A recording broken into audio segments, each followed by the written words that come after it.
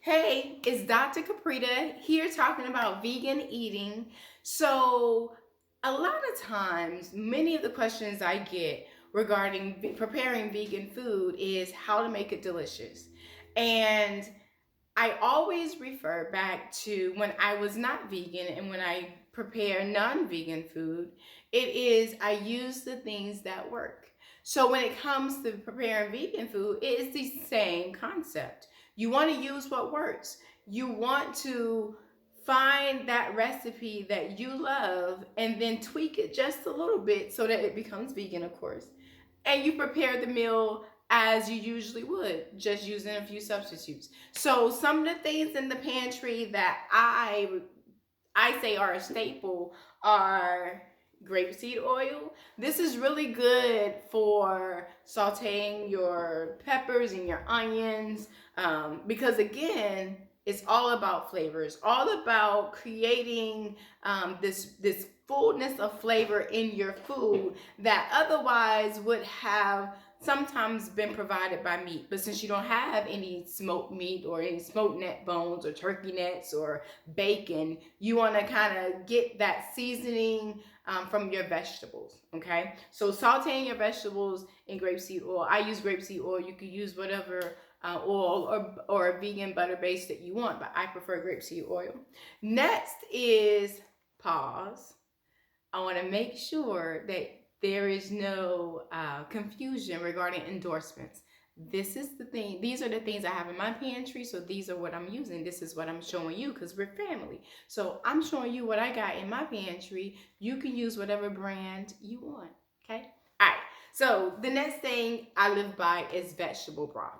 Vegetable broth is so important, especially when it comes to preparing your fresh greens or beans or peas or soups.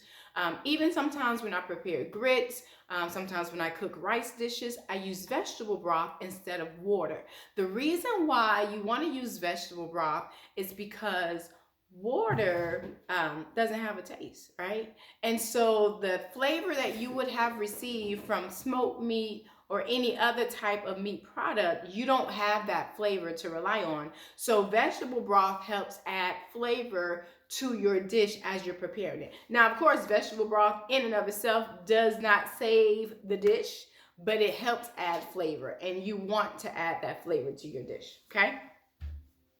Next thing that you have to have is liquid smoke. So I just referred to smoked neck bones or ham hocks or even bacon. You don't have that anymore. So liquid smoke gives your food this level of smokiness that meat would have given it. Now, granted, this is highly concentrated, so you don't need a lot. A dab would do, a drop would do. And so there are different flavors of liquid smoke out there. Find the one that you like, experiment, but it is really good with adding like a smoky or a smoky meat flavor to your dish when there's in fact no meat in it. Nutritional yeast. Nutritional yeast. You've probably heard about this. Nutritional yeast is really good when you're making cheese sauces. Cheese sauces is what I use this for. So when I'm making my mac and cheese, or if I'm making chips and salsa, or whatever I need cheese for, then I use my cheese sauce. I use nutritional yeast. Organic cane sugar is a staple, not because you would use it a lot, but because who do you know that don't have sugar in their pantry? Now the difference between cane sugar and white sugar is the processing. So cane sugar comes from the sugar cane. In the processing method of it, they do not add any animal anything. And so the difference between this and white sugar is that in the process of creating white sugar, they add animal bone marrow or the ashes of animals. So you want to use organic cane sugar. As long as it says organic cane sugar, you're fine. If it just says cane sugar, be a little skeptical because it could be white sugar. So if it says organic cane sugar, then you're in good company, in good hands. Now, that's just like some general things to add. Staples for spices. Of course, there's salt. My rule with salt is add a little as you go. It's better to undersalt and then have to add salt than to oversalt because then it's too salty. Okay, so use salt sparingly. Granulated garlic is your best friend. Use it and use it well. Black pepper, of course, is its cousin. A table blend. I prefer this no salt table blend because I want to control how much salt I put in the dish. You can use whichever one you want. Oddly enough, not oddly enough, but believe it or not, seasonings for the most part are vegan. So if you find a seasoning, you have a seasoning that works, add it to your dish, right? Because it's all about adding that flavor. If you don't add seasoning to your meals, welcome. We've been waiting on you. So glad you're here. Start adding seasoning to your meals, okay? If you don't know how much to add, a little. Start off with a little. And then, like, okay, I can maybe add a little bit more here. Or I'll add a little bit more granulated garlic.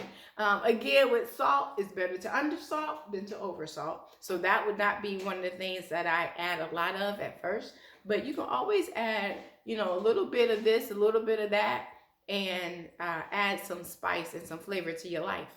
Next is seaweed. This is a seaweed sprinkle. And you're like, well, what do you need seaweed sprinkle for? A lot of people use kelp or nori fikaki. I probably pronounced that wrong, but you know what I'm saying. So when I'm preparing vegan seafood dishes, I still need something to give it that fishy taste. And so seaweed does that. Seaweed is not an animal.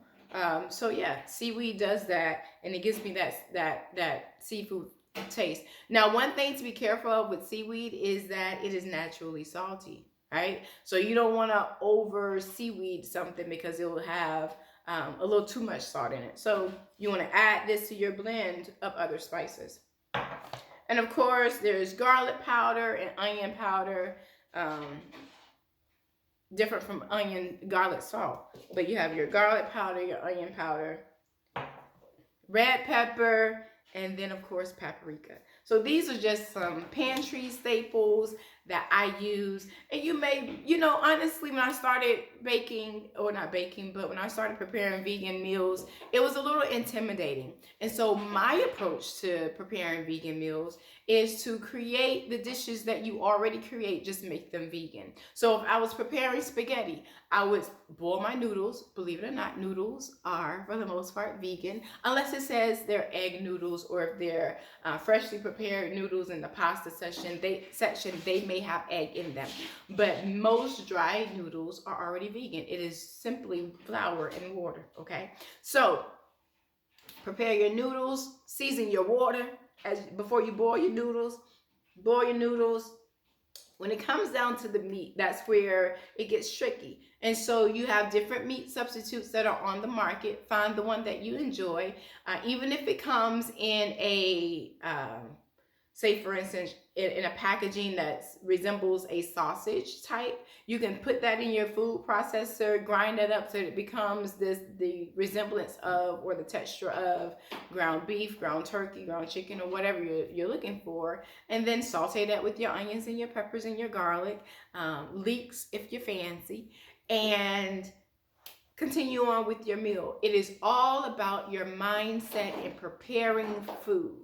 Okay, vegan food is all about your mindset. It is simply choosing to replace the meat with a meat alternative. It's choosing to replace the cheese, the dairy cheese, with a cheese alternative. It's all about your mindset. And so if you take it from that approach as, hey, this is just an alternate way of me making my lasagna, or an alternate way of me making my greens, or an alternate way of me making fried chicken, or whatever your specialties are, then it'll be less intimidating, it'll be more welcoming, and believe it or not, you may like it. You may like it. I think you will like it, actually. Now, not to say that there won't be any blunders, because in our everyday life, I know you've burnt some chicken. I know you have. Don't sit up here and act like you haven't. You burnt chicken. You burnt toast. You burnt a quesadilla. Let's talk about it. So if you burnt those, vegan food is the same. It's still food, but I want to take the edge off, okay? So thank you for joining me. It's been a wonder, and I have enjoyed this time. So be sure to keep following me. There are other videos out here. And until next time, see you later.